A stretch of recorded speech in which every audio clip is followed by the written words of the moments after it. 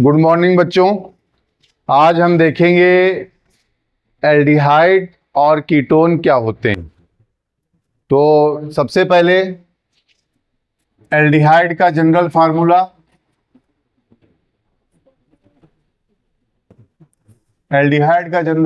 होता है RCHO और कीटोन का जनरल फार्मूला होता है RCOR। आप देख रहे हैं दोनों यौगिकों के अंदर, दोनों कंपाउंड्स के अंदर एक चीज कॉमन है, CO समूह। CO समूह एल्डिहाइड के अंदर भी पाया जा रहा है और CO समूह कीटोन के अंदर भी पाया जाता है। इस CO समूह को हम बोलते हैं कार्बोनिल समूह। क्या बोलते हैं? कार्बोनिल समूह। तो कार्बोनिल समूह एल्डिहाइड में भी पाया जाता है और कीटोन में भी पाया जाता है। इसलिए एल्डिहाइड और कीटोन को सामूहिक रूप से, कलेक्टिवली हम बोलते हैं कार्बोनिल यौगिक। क्या बोलते हैं? कार्बोनिल यौगिक। तो एल्डिहाइड भी कार्बोनिल यौगिक हैं और कीटोन भी क्या हैं? कार्बोनिल यौगिक। अब हम एल्डिहाइड की अगर डेफिनेशन बताना चाहें तो हम कह सकते हैं कि एल्डिहाइड ऐसे यौगिक होते हैं या ऐसे यौगिक जिनमें कार्बोनिल समूह की शेष दो बची हुई संयोजकताएं हाइड्रोजन परमाणुओं के द्वारा या फिर कार्बोनिल समूह की शेष दो बची संयोजकताएं हाइड्रोजन और एल्किल समूह के द्वारा पूर्ण होती हैं। उन यौगिकों को हम बोलते हैं एल्डिहाइड। एक बार फिर से देख लीजिए, कार्बोनिल समूह की शेष दो बची हुई संयोजकताएं अगर हाइड्रोजन परमाणु के द्वारा कंप्लीट हैं तो उसे हम बोलेंगे एल्डिहाइड। इसके अतिरिक्त अगर कार्बोनिल समूह की शेष दो बची संयोजकताएं एल्किल समूह या फिर हाइड्रोजन परमाणु के द्वारा कंप्लीट हैं तो भी हम उसे क्या बोलेंगे? एल्डिहाइड। दूसरी चीज, कीटोन क्या होता है? कीटोन में भी कार्बोनिल समूह की जो शेष दो बची संयोजकताएं हैं वो एल्किल समूहों के द्वारा पूरी होती हैं। किनके द्वारा पूरी होती हैं? एल्किल समूहों के द्वारा। अगर कार्बोनिल समूह की शेष दो बची संयोजकताएं एल्किल समूहों के द्वारा पूरी हैं तो वो यौगिक कहलाते हैं कीटोन। इनका सामान्य सूत्र सेम होता है। सामान्य सूत्र होता है CnH2nO। कीटोन को भी CnH2nO से प्रदर्शित करते हैं और एल्डिहाइड को भी CnH2nO से प्रदर्शित किया जाता है। तो ये हो गया एल्डिहाइड किसे कहते हैं और कीटोन किसे कहते हैं। इसके बाद कीटोन को दो भागों में वर्गीकृत किया गया है, दो भागों में बांटा गया है। एक होते हैं सरल कीटोन और दूसरे होते हैं मिश्रित कीटोन।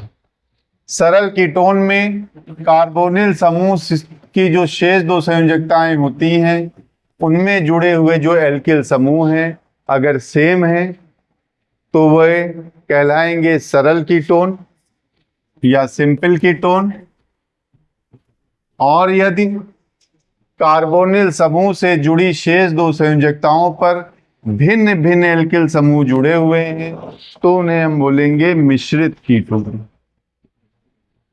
मिश्रित कीटोन।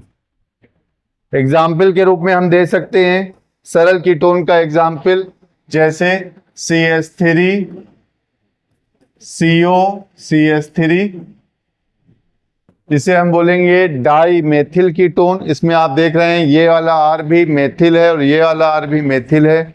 दोनों R की वैल्यू सेम है, इसलिए ये कीटोन कैसा है? सरल कीटोन। इसका नाम है डाई मेथिल कीटोन या इसको हम एसीटोन के नाम से भी जानते हैं। जनरल नेम इसका होता है एसीटोन और ये नेल पॉलिश रिमूवर के काम में आता है। मिश्रित कीटोन में हमने R की वैल्यू ले ली, मान लीजिए CH3, दूसरे R' की वैल्यू ले ली C2H5 और ये दोनों किससे जुड़े हैं? कार्बोनिल समूह से। इसमें दोनों एल्किल समूह भिन्न भिन्न हो गए हैं, इसलिए इस कीटोन को हम बोलेंगे मिश्रित कीटोन और इसका नाम होगा एथिल मेथिल कीटोन।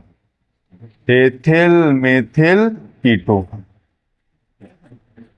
तो इस तरह से आपने देखा कि एल्डिहाइड क्या होते हैं, कीटोन क्या होते हैं, कीटोन को कितने भागों में वर्गीकृत किया गया है। अब हम देखेंगे कि कीटोन और एल्डिहाइड को किन किन तरीकों से हम बना सकते हैं। तो सबसे पहले इसको आप नोट कर लीजिए, तब तक स्क्रीनशॉट ले लीजिए।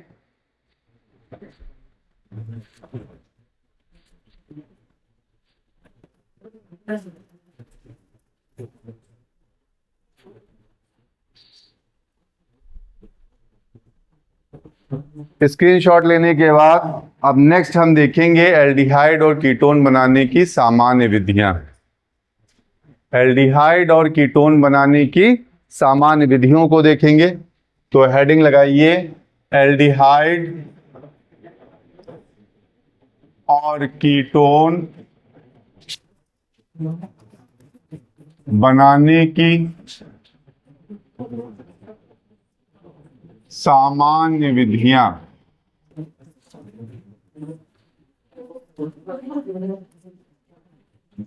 तो बेटा सबसे पहला जो मेथड है वो है ऑक्सीकरण के द्वारा। किसके द्वारा? ऑक्सीकरण के द्वारा। ऑक्सीकरण द्वारा।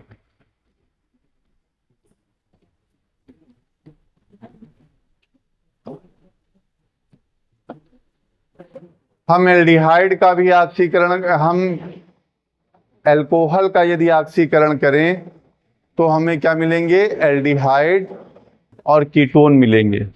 जैसे पहले हमने एक अल्कोहल लिया है RCH2OH। क्या लिया है? RCH2OH। ये एक प्राइमरी अल्कोहल है, प्राथमिक अल्कोहल है। और इस अल्कोहल का ऑक्सीकरण करने के लिए हमें ऑक्सीकारक चाहिए। ऑक्सीकारक के रूप में हमने लिया है पोटेशियम डाइक्रोमेट, और वो भी कैसा लिया है? अम्लीय। अम्लीय पोटेशियम डाइक्रोमेट की उपस्थिति में इसका ऑक्सीकरण करते हैं तो ऑक्सीकरण करने से इसमें से वाटर एलिमिनेट हो जाएगा। क्या एलिमिनेट हो जाएगा? वाटर। ये H2O का अणु एलिमिनेट हो जाएगा तो बचेगा क्या? RCHO। क्या बन के तैयार होगा?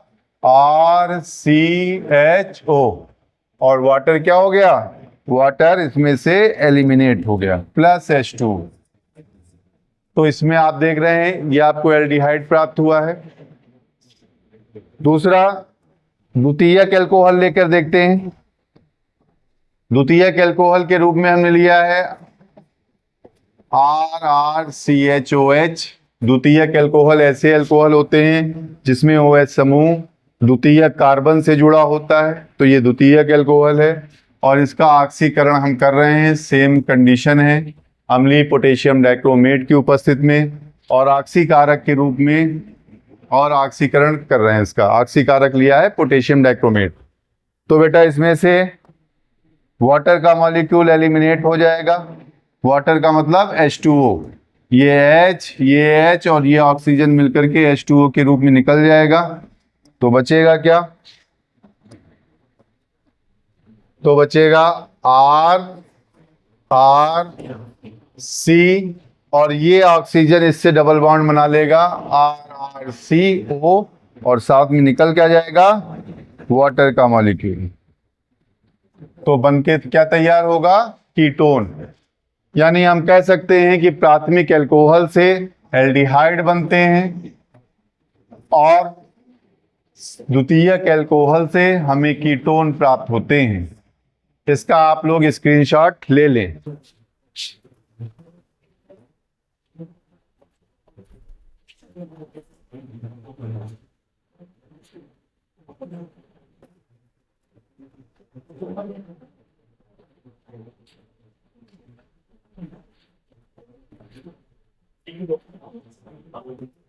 ठीक है बेटा, स्क्रीनशॉट ले लिया। अब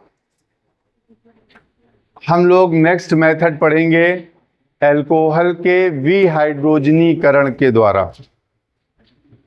अल्कोहल के विहाइड्रोजनीकरण द्वारा।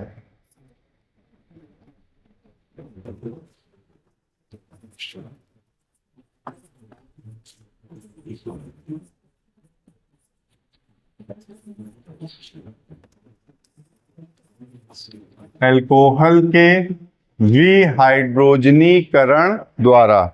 तो विहाइड्रोजनीकरण का मतलब होता है हम हाइड्रोजन को एलिमिनेट कर रहे हैं, हाइड्रोजन को निकाल रहे हैं।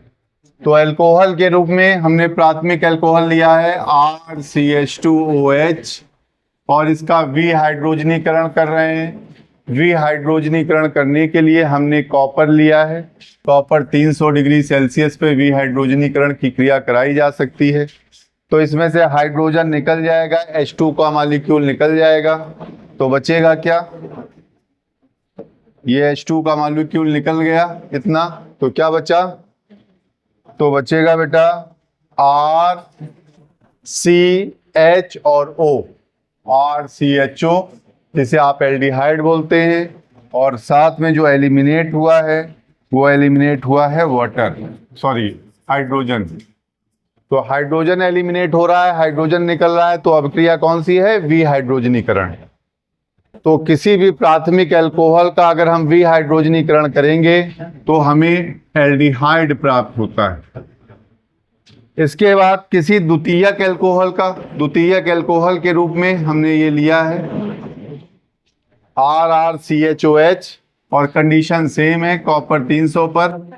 तो इसमें से हाइड्रोजन निकालेंगे बेटा, हाइड्रोजन, ये दो हाइड्रोजन निकल जाएंगे। तो जब हाइड्रोजन निकल जाएंगे तो बचेगा क्या? R और C और O आपस में डबल बॉन्ड बना लेंगे और बन करके ये तैयार होगा कीटोन। क्या तैयार होगा? कीटोन। तो इस तरह से आपने देखा कि जो प्राथमिक अल्कोहल होते हैं वो विहाइड्रोजनीकरण के द्वारा एल्डिहाइड बनाते हैं और द्वितीयक अल्कोहल कीटोन बनाते हैं। इसका स्क्रीनशॉट आप लोग ले सकते हैं।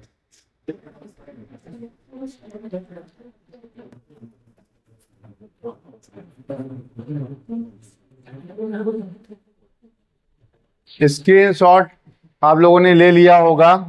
अब नेक्स्ट देखते हैं अगला मेथड, जिसे हम बोलते हैं रोजेनमुंड अपचयन। क्या बोलते हैं? रोजेनमुंड अपचयन। बहुत ही इंपॉर्टेंट रिएक्शन है, नेम्ड रिएक्शन के नाम से जानी जाती है रोजेनमुंड अपचयन। इस अभिक्रिया को बोर्ड एग्जाम में कई बार पूछा गया है। अभिक्रिया होती कैसी है? क्या इसमें अभिकारक लेते हैं? अभिकारक के रूप में हम एसिड क्लोराइड लेते हैं। क्या लेते हैं? Acid chloride. एसिड क्लोराइड का फार्मूला होता है RCOCl। क्या होता है? RCOCl। इसको बोलते हैं एसिड क्लोराइड। और चूंकि अपचयन करा रहे हैं तो अपचयन कराने के लिए हम कोई अपचायक लेंगे। अपचायक के रूप में पैलेडियम BSO4 लिया है। और अपचयन की क्रिया का मतलब होता है कि आप रिएक्शन किससे करा रहे हैं? हाइड्रोजन से। तो आपने हाइड्रोजन से रिएक्शन कराई है। पैलेडियम BSO4 और साथ में उबलती हुई जाइलीन होती, उबलती जाइलीन। तो फिर से देख लीजिए, एसिड क्लोराइड का अपचयन कराते हैं पैलेडियम BSO4 और उबलती हुई जाइलीन की उपस्थिति में। तो ये RCOCl में इसके दो हाइड्रोजन हैं।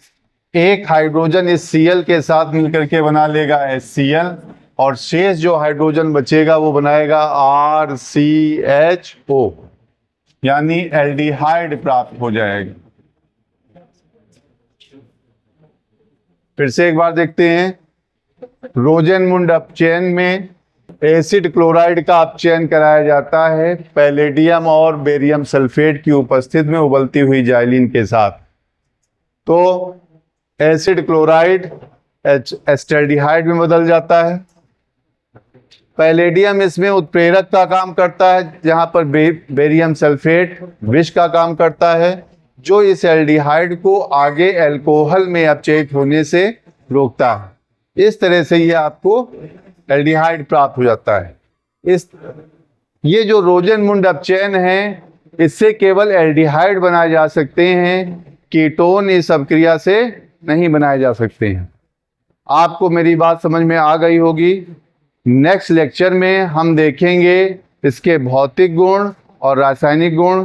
तब तक के लिए बहुत बहुत धन्यवाद। मेरे चैनल को लाइक, सब्सक्राइब और शेयर करिए।